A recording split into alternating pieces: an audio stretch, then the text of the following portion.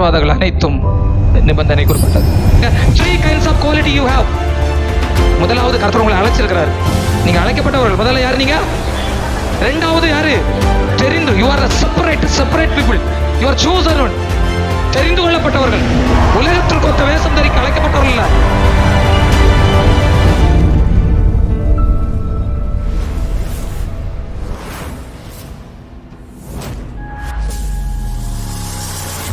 ஆசீர்வாதங்கள் அனைத்தும் நிபந்தனைக்குட்பட்டது. நான் பாஸ்டரா இருக்கணும்னா எனக்கும் நிபந்தனை உண்டு. பாஸ்டருக்கு என்ன? பாஸ்டர்னா இப்படித்தான் இருக்கணும், பாஸ்டர்னா இப்படித்தான் ட்ரெஸ் பண்ணணும், பாஸ்டர்னா இப்படித்தான் பேசணும், பாஸ்டர்னா இவ்வளவு நேரம் ஜெபம் பண்ணணும், பாஸ்டர்னா இப்படிதான் பைபிள் வாசிக்கணும், இப்படித்தான் இருக்கணும்ன்ற கற்பனைக்கு உட்பட்டவனே நான். அதே மாதிரி உங்களுக்கு சொல்லுகிறேன், பிலீவர்ஸ், கிறிஸ்டியன்ஸ், நீங்களும் இப்படித்தான் இருக்க வேண்டும் என்பது தேவனுடைய விருப்பம். அவர்கள் அப்படி இல்லை என்று தெரிந்த போது ஆதியாகமம் 6வது அதிகாரத்திலே பூமியை கர்த்தர் அழித்து போடுவதற்கு தயங்கவில்லை. பாபேலில் அவர்கள் ஒரு கோபுரம் கட்டின போது தேவன் வந்து சிதறடிக்கிறதற்கு தயங்கவில்லை. சோதோம் பாவத்தால் நிறைந்த போது கர்த்தர் அதை அக்கினியை விட்டு அழிக்கிறதற்கு தயங்கவில்லை. அவர் எரிச்சல் உள்ள தேவன் என்பதை நீங்கள் மறந்து விடுகிறீர்கள். நீங்கள் விக்கிரகத்தோடு தொடர்பு படுகிறீர்கள். கர்த்தர் அதை விரும்பவில்லை என்று மறுபடியும் உங்களுக்கு நான் எச்சரிக்கிறேன். ஏன்னா கர்த்தர் விரும்புகிறாரு. நீ எப்படிப்பட்டவளா இருக்கு தெரியுமா? வெளிப்படுத்தல் 17வது அதிகாரம் 14வது வசனம், 17-14 எல்லாரும் சேர்ந்து வாசிங்க பார்ப்போம். இவர்கள் ஆட்டுக்குட்டியானோட யுத்தம் பண்ணுவார்கள். ஆட்டுக்குட்டியானவர் கர்த்தாதி கர்த்தரும் ராஜாதி ராஜாவுமா இருக்கிறபடினால் அவர்களை ஜெயிப்பார். அவர்களோட கூட இருக்கிறவர்கள் அழைக்கப்பட்டவர்களும் தெரிந்து கொள்ளப்பட்டவரும் உண்மையுள்ளவருமா இருக்கிறார்கள் என்றார். ஆட்டுக்குட்டியானவர்களோடு இருக்கிறவர்கள் யாரு சொல்லுங்க? 3 kinds of quality you have.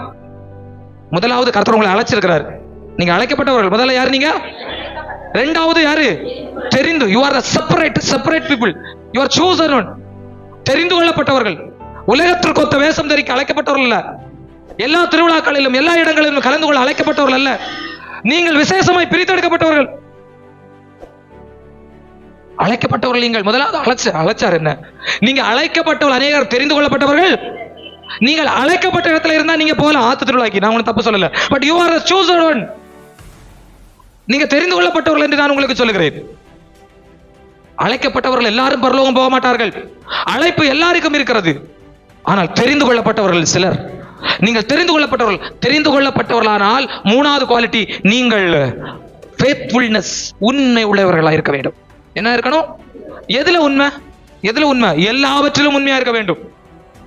இருக்கணுமா வேண்டாமா? கர்த்தருடைய சபை, நீங்கள் திருவிருந்து ஆராதனையிலே கை கொள்ளுகிறவர்கள் அல்லவோ? பவுல் எழுதுகிறார், நீ விக்கிரகத்தோட தொடர்புடையவனாகவும் திருவிருந்திலும் கை கொள்ளலாமா என்று பவுல் கேட்கிறாரா கேட்கலையா? அடுத்த வாரம் திருவிருந்து ஆராதனை சொல்றது நான் உங்களுக்கு புரியுதா? 3வது, நீங்கள் ஆட்டுக்குட்டியானவரோடு நிற்க வேண்டுமானால் உண்மையுடையவர்களா இருக்க வேண்டும். அல்லேலூயா. பேச்சில் உண்மையுடையவர்களா இருக்க வேண்டும். நடக்கையில் உண்மை உள்ளவர்களா இருக்க வேண்டும். பாஸ்டர் பார்க்கலன்னா ஓகேவா? என்ன அதான் கதை. நமக்கு பாஸ்டருக்கு முன்னாடி வரைக்கும் நம்ம உண்மையா இருந்தா போதும். வாலிப பிள்ளைங்க எல்லாம் அப்படிதான். பாஸ்டர் இருந்து மறைச்சா போதும், பாஸ்டர் இருந்து ஒழிச்சா போதும். நான் கேட்கறேன், பாஸ்டர் யாரு? பாஸ்டர் நேரத்தைக்கு வந்த பாஸ்டர் உன்னை படைச்சு உன் தாயின் கருவிலே நீ தானே பாட்டு பாடுற. என் தாய் உருவாகும் முன்னே பாட்டு பாடுறல.